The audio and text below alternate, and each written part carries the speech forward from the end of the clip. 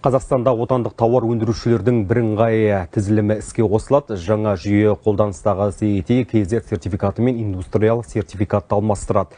Бұл өзгеріс кәсіпкерлер үшін шығындарды азайтпақ. Тізімде республикалық өндірілетін тауарлар, оларды өндірушілер, қызмет түрлері, жұмысшылар саны мен өндіріс көлемі туралы толық ақпарат болады. Сонымен жаңа жүйе қалай жұмыс істейді? Әріптесіміз рет-ретімен келесі материалда айтып береді.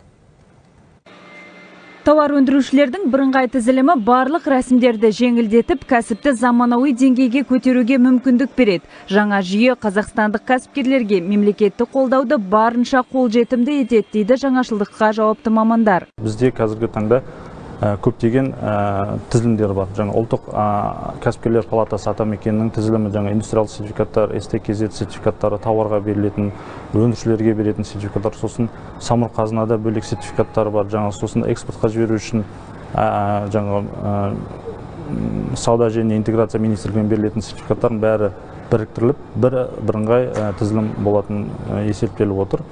Бұл жерде ең негізгі артықшылығы әр кәсіпорын бойынша егжей-тегжейлі ақпарат жиналып, жаңағы саралайтын болады. Бұрын сертификаттарды атамекен ұлттық кәсіпкерлер палатасы беріп келді. Енді бұл жұмыс мемлекеттік бақылауға өтіп, өнеркәсіп және құрылыс министрлігінің құзыретіне берілді. Айта кету керек, тауар өндіруші мемлекеттік сатып алуларға да осы бірыңғай тізілімге енгеннен кейін ғана қатыса алады. Тауар өндірушілердің тізімін жасаған кезде, тауар өндірушілер бірыңғай информациялық жүйе арқылы өз жаңа құжаттарын тапсырады. Видеокамераларын жаңағы қосып, өзінің өндірісін көрсетуге өздері келісім береді. Оның барлығы жаңағы верификация дейміз. Қазақстан Республикасындағы информациялық базалардың арқасында жаңағы скоринг жүргізіледі. Скоринг дегеніміз тексеру жүргізіледі. Бұның барлығы тегін. Жаңа ережелер бойынша тауар өндірушілердің өтініштері оларды тапсырған күннен бастап 10 жұмыс күні ішінде қаралады. Өтініш берушіге хабарлама жеке кабинет арқылы жіберіледі. Егер бейне мазмұн жеткіліксіз болса, мамандар өндіріс орнын барып тексереді. Өтініштер ең көбі 15 күн қаралады. Тексерістен өтіп, тізілімге енген кәсіпкер отандық өндіруші статусын және мемлекеттік қолдау тетіктерін кедергісіз пайдалануға мүмкіндік алады. Для нашей страны это очень актуально. Біздің еліміз үшін ол өте маңызды. Бұл шикізатты емес, жоғары қосылған құны бар өнімді сату керектігін көрсетеді және бұл өндірісті дамыту дегенді көздейді. Сондықтан мұндай өзгерістер жалпы ел экономикасы үшін өндірушілер көп болу үшін қажет. Бәсекелестік принциптері бұзылмаған кезде және шетелдік тауарларды отандық өнім деп көрсететін кәсіпкерлер болмаса ғана елдегі өндіріс дамиды.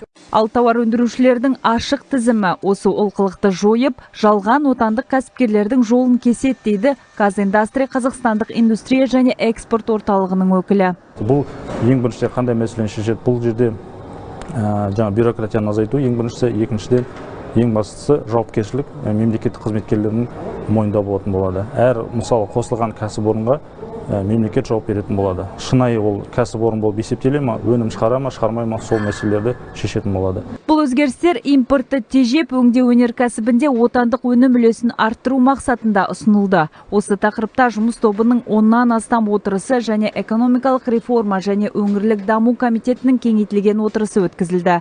Заң жобасы ертең парламент мәжілісінде жан-жақты талқыланады. Ғазиза Мұхамеджанова, Марат Диханбаев, Мерей Талап, 24 KZ.